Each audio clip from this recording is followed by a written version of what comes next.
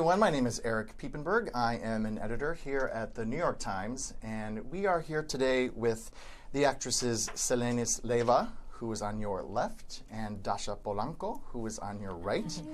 And you may recognize them from the show Orange is the New Black. But we are here today to talk to them about a new project that they are in.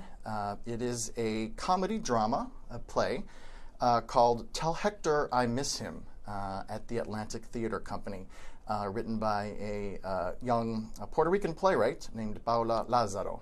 Yeah. So welcome to you both. Thank you for being here today. Thank you. Selenis, why don't we start with you? Tell us a little bit about what the show is about, and maybe explain what kind of a theatrical voice does Paula have as a writer?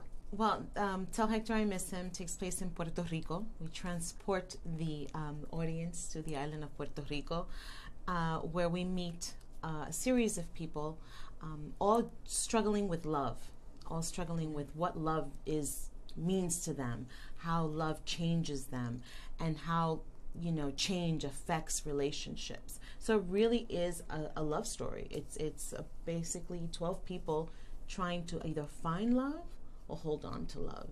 And Paola's voice is raw. One of the things that I loved about her play in particular, when I did the reading of it a year ago, was that she's just so raw.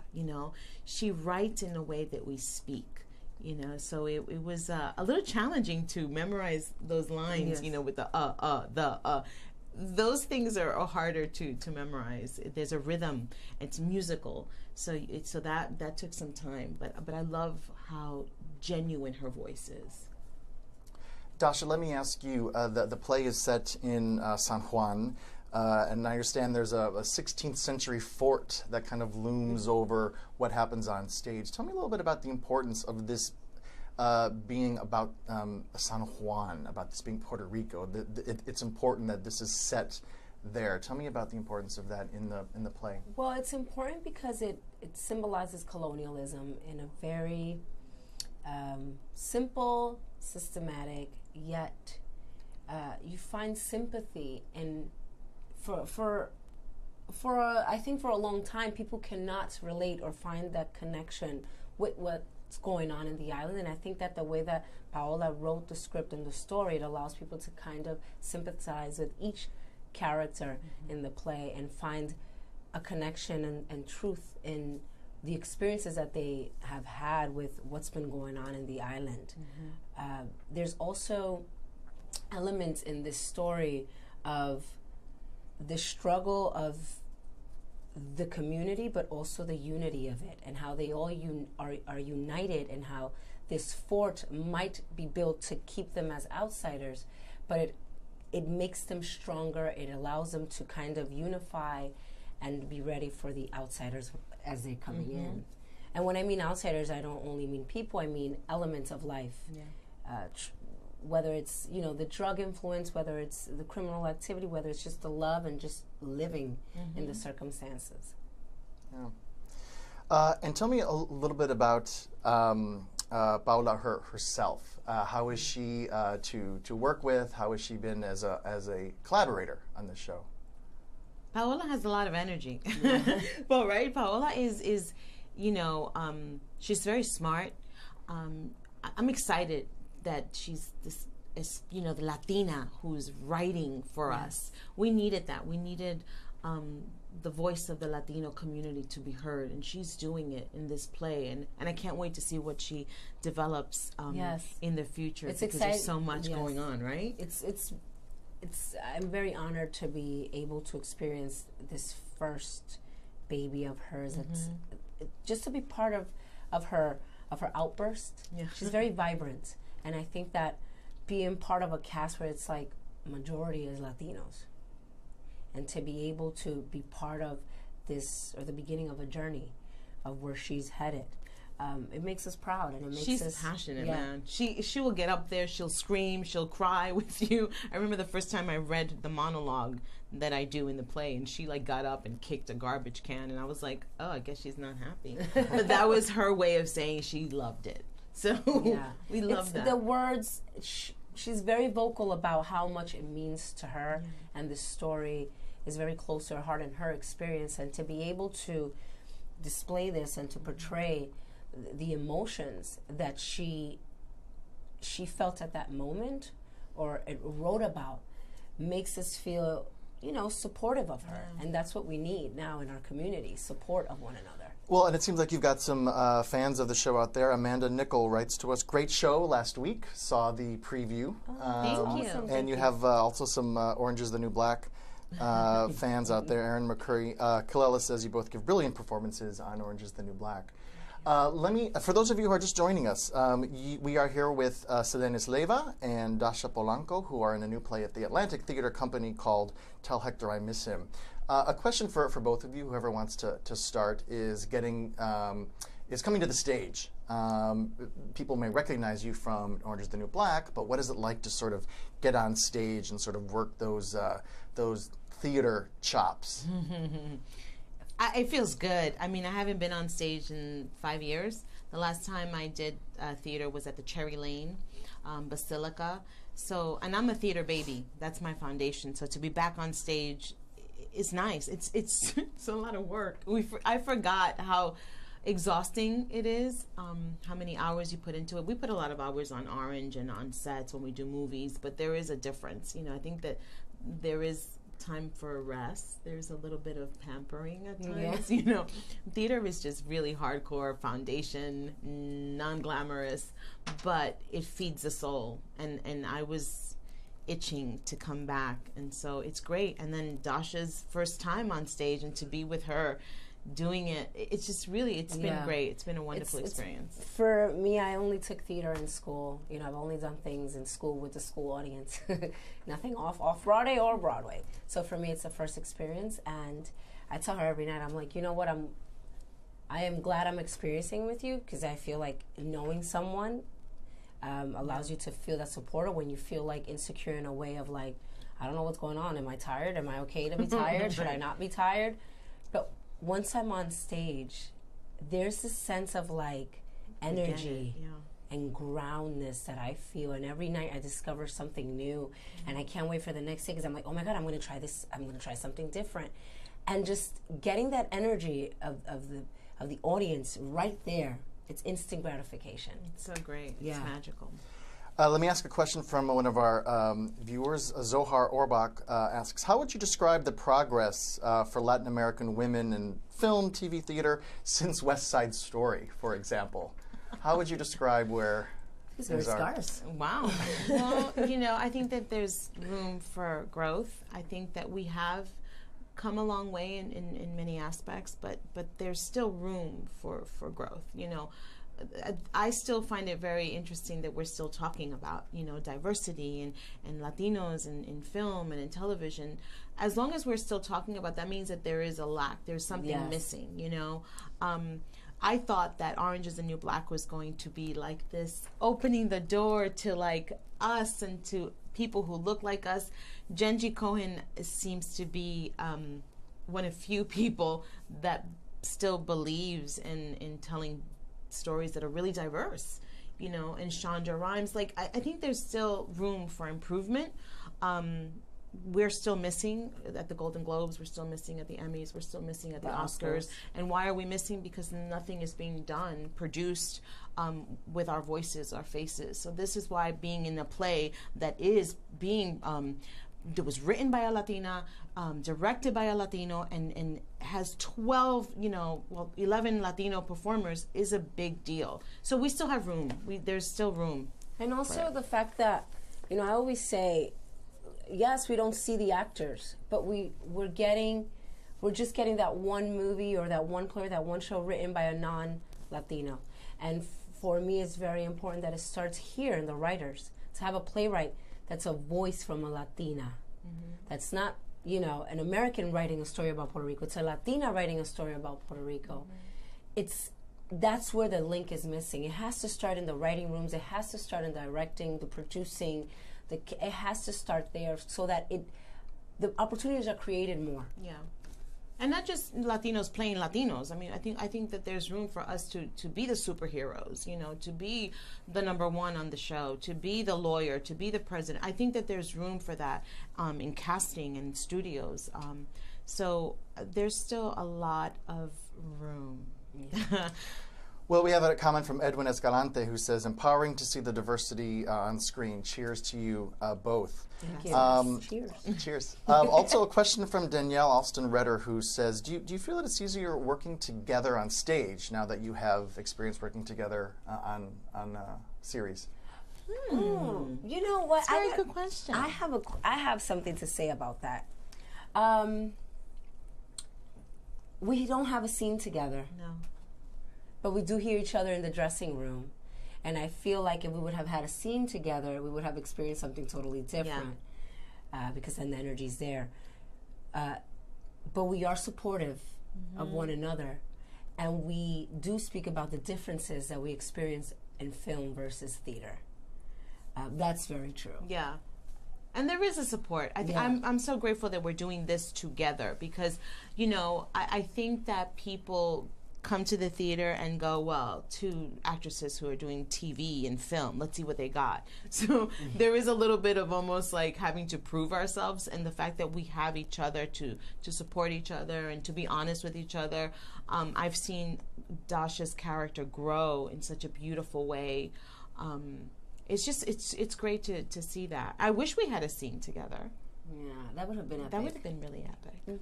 But we're doing a lot in Orange is the New Black, just FYI. Well, let's move to that topic. A little bit of a spoiler alert for those who maybe aren't caught up, but at the end of the most recent season, Dascha, your character Daya, had a gun trained on one of the guards, and we're not sure what's going to happen. There is a next season of Orange is the New Black, correct? Do you want to break any news here today at the New York Times about what we can expect in the new season, or is that hush-hush? Yeah, we could say one thing. No. We could say a couple of things. We can't say that it takes place in 3 days. 3 days. And season 5 is 3 days. Yes. Its resilience is, yes. So it's a 3-day span of what happens in Litchfield. It's a shift of power. It's no longer guards guarding prisoners. It's more of everyone's guarding themselves. There's a lot happening. Infiltration. It's a scary survival season. survival of the fittest. That it's a scary season. I'm like, right. Can I say that? No. It's a scary season. Scary season. Yeah. Okay. All right. Good to know. Do you know when that's coming out, or we're not sure yet? We're not too sure of the exact date, but definitely this summer of 2017. We have an interesting question, just sort of a side question here. Jackie Cuccinello wants to says, my son took theater for 4 years in high school, and he loves it. He's Latino. How do you think he should further his theater education? Be educated. Continue to educate yourself. You know, read as many plays as possible. Continue to take classes. You know, expand your horizons. Be an educated actor. I think an educated actor is always a good actor.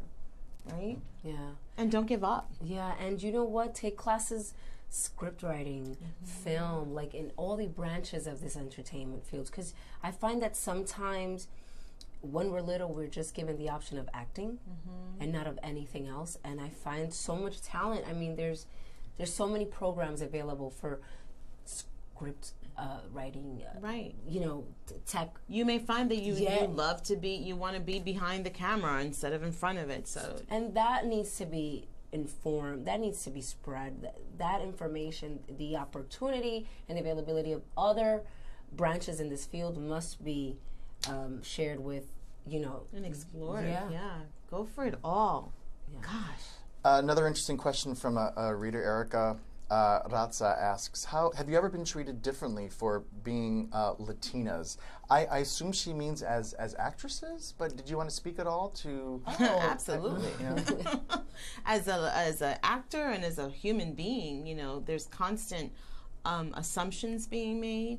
You know, when I first started acting, they didn't know where to put me, so I was just exotic, and you know, they'd be like, oh, well, you're going to be the light-skinned black girl, because they didn't know Latinos. I guess 20 years ago we weren't really popular, but but there's a misconception of, you know, our bodies also are a big thing, right? A big topic of conversation. Our features. We have African, we have Taino, we have Indian. Like we're just like a combination, a blend, a fusion of so many different roots that people do not know where to place us, how to react to us. It's like, are we aliens? Like they just don't know. What do we eat? It's very interesting to see the assumptions that are created because of how we look, but also in the acting world. You know, for me, my experience, I just started this. This is my 6th year doing it professionally and actually claiming that I am an actress. And, you know, auditions have been, I've had the opportunity to have auditions, but the results are the same. Either I'm too urban or, you know, I can't play a Harvard, you know, student, or God forbid you sound, you know, like a person. Like a person. You know, yeah. I think it's very limiting. Sometimes it's very limiting. People see you and make assumptions, and that's a scary. And I think that we're entering a really scary stage where a lot of that is being almost, I don't know, what's the word? People are embracing it. Mm-hmm. Yeah, they're embracing it. So we have to be very careful with that and be open to all. A comment from Chelsea Nicole, who says representation matters. Thank you, ladies. Thank you. Thank you. One more question from Daphne Victoria Johnson, who asks, do you have advice for actors who have a mixed heritage or mixed background who want to get in the business or want to work in the business? Any advice? Just do it. Yeah. Go for it. Take a risk. Be prepared that people have to understand that it's very difficult. You go home sometimes after an audition, after getting that no and feeling like I'm just not good enough for it, and then you have to shake it up. I mean, we have this conversation all the time where Selenis and I, we feel a certain way because of how we look and because we don't have that security or the same opportunities as white actors, as black actors. We're still auditioning. Yeah. We have to audition for that one role, you know, one line in a movie. That's still the case, even on being on a hit show, an international, worldwide hit show. We still have to go out there and fight for what we want. So I always say to people, if this is what you really want, then you have to go for it. We were told many, many times that this was not something that we could actually do and make a living. I'm glad we didn't listen. Yeah. So don't listen to them. You don't mind, one more question, a really good one, then I think we can wrap it up. Stephen McGee asks, how do you feel about the comedic element of Orange is the New Black? Do you have concerns it might dilute the realities of incarceration? Absolutely not. There's comedy in life. You know, you could be at a funeral and something will make you laugh, not because you're not being sensitive, right? No. But life is not just one note, you know. I think that it's refreshing that Genji and the writers are able to give you space to breathe. We get hit with so much, right? Yeah. And first and foremost, Orange has brought up a lot of subjects to be spoken about that were not in a long time, that people felt not comfortable speaking about. You know, women in prison, oh God forbid, what's going on? Oh, sexuality. All these things, because of a show like Orange, it has allowed us to be involved in it, to even educate ourselves in these issues that we were never taught about or never exposed to. So for the most part, it's caused a form of like, it breached this subject. It allowed platforms for individuals to cooperate with prison reform systems. Conversations are being had that haven't ever been, you know. So I don't think so at all. And I would imagine that people that are behind bars, you know, we always get that. They do have there's moments of life and laughter and pain and it's the same thing, you know. So I think it's really refreshing that the show is able to tap into both worlds like that.